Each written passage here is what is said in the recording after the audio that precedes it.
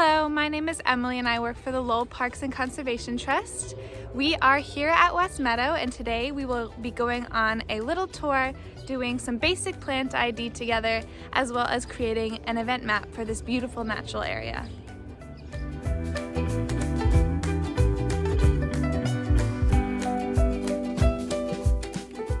When you first walk into West Meadow, you'll be greeted by some common bracken fern.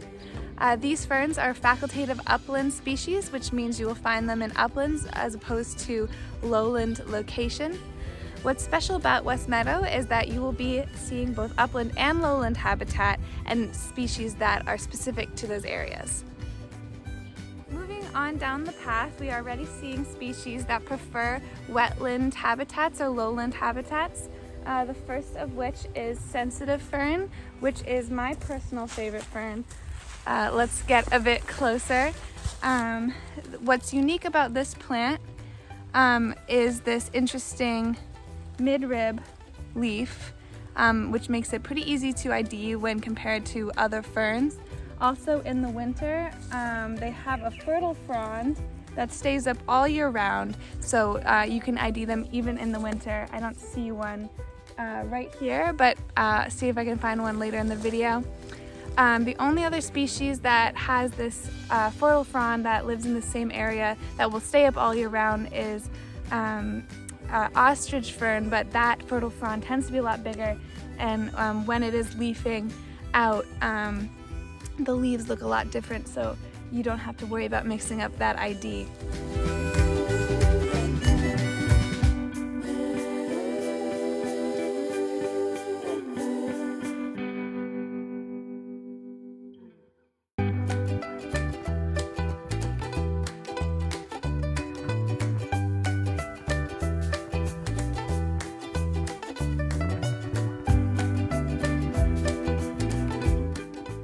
The second facultative wetland species I want to show you down here is the cinnamon fern. As you can see, it is the dominant fern species in the understory in this natural area.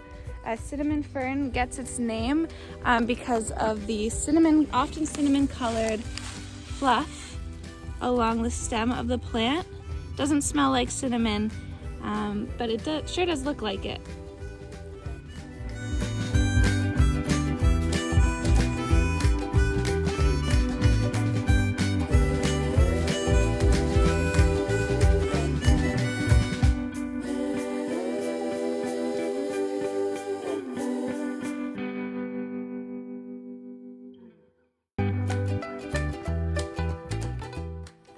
Here we are at West Meadow's vernal pool site. At this point in the year, the water is pretty dried up, but this was completely full. You might see that blue jay in the back. But a couple weeks ago, this was completely full with water. These habitats are super important for species such as frogs and salamanders. They lay their eggs in vernal pools just like this one. So they're super important for conservation, and we are very lucky to have them here. Have this one at West Meadow. Around this time of year, you might see fiddlehead ferns at the grocery store. Fiddlehead refers to the point in time when a fern is unfurling. This is the fiddlehead of a cinnamon fern. That being said, not every fiddlehead is edible. The main one harvested is called ostrich fern. Some kinds of lady ferns can be harvested as well as bracken fern. You wouldn't want to eat cinnamon fern or some others. As you can see, this is covered with those cinnamon-esque hairs. That wouldn't be too good to eat. As you walk along the path at West Meadow, there are plenty of animal signs. As you can see, something's been digging up along in the pine needles for grubs. You can hear tons of birds here. Last time I was here, I saw a white-tailed deer only about 10 meters away from me. You'll never know what you find at West Meadow. A little bit farther up the path, we find ourselves in an upland area. Very sunny, very dry today, and we are seeing a lot of pines. And I'll show you how to tell the difference between two species we have here. Over to my left, I have an eastern white pine, And I know this because in the bundle of pine needles, there are 5 thin needles. And that is a characteristic of white pines, and how you can remember that is there are 5 needles, and in the word white there are 5 letters. Over to my other side, right next door, we have another kind of pine, and looking at this bundle of needles, we have 3 much thicker, longer, kind of spindly needles, and I believe that this is a pitch pine because of the location, the needles, and the bark of some of the bigger pines.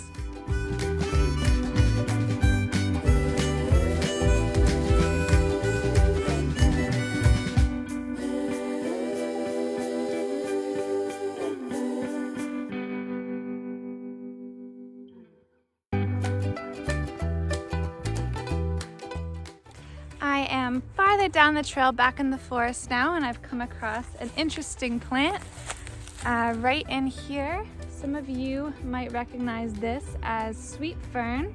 Surprisingly, despite the common name, it is not a fern. It gets its name because of the leaves might resemble those in the fern family, but it's not a fern. But it does get its name because it smells sweet. Some of the other plant species you might find on a walk here is Canada Mayflower, which litter the forest floor in cute little leaves, and right now they're blooming with white flowers. Right next door is the leaf whorl of a starflower. These also bloom white and are blooming around this time of year. Some of you might come across this plant and think it's a maple tree, but this is actually called maple leaf viburnum. A little different.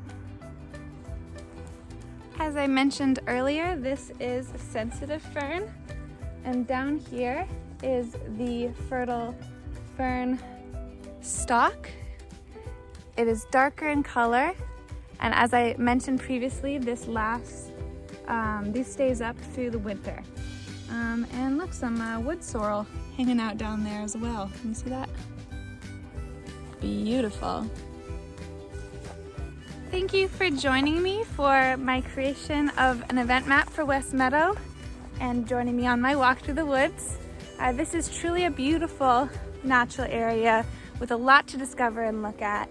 Every time you come back, you'll see something different depending on the time of year or even time of day. Different critters might be out and about. So thank you again for joining me.